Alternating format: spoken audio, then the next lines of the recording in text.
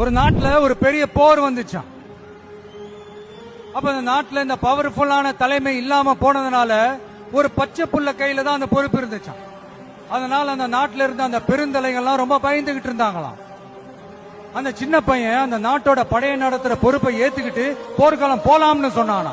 அப்ப அந்த பெருந்தலைகள்லாம், எப்பா நீயே சின்ன பையன், இது பெரிய போர்க்களம்பா, அங்க பவர்ஃபுல்லான நிறைய எதிரிகள்லாம் இருப்பாங்கப்பா, களத்துல அவங்களை சந்திக்கிறதெல்லாம் சாதாரணமான விஷயம் இல்லப்பா, சொன்னா கேளுப்பா, இது விளையாட்டு இல்ல, நீ பாட்டுக்கு குடுகுடுன்னு ஓடி விளையாடிட்டு திரும்ப குடுகுடுன்னு வீட்டுக்கு ஓடி வர்றதுக்கு, போர்னா படையை நடத்தணும், அதை விட முக்கியம் அத்தனை எதிரிகளையும் சமாளிச்சு போர்ல தாக்கு பிடிக்கணும், அதுக்கு மேல முக்கியம் அந்த போர்ல ஜெயிக்கணும், உனக்கு யாரோ கூட்டோ துணையோ இல்லாம நீ எப்படிப்பா அந்த போரை நடத்துவ, எப்படி ஜெயிப்ப அப்படின்னு எல்லா பெருந்தலைகளையும் கேட்டப்போ எந்த பதிலும் சொல்லாம போருக்கு தனியா தன் படையோட போன அந்த பாண்டிய வம்சத்தை சேர்ந்த அந்த பையன் என்ன செஞ்சான்னு சங்க இலக்கியத்துல ரொம்ப நல்லா தெளிவா சொல்லியிருக்காங்க.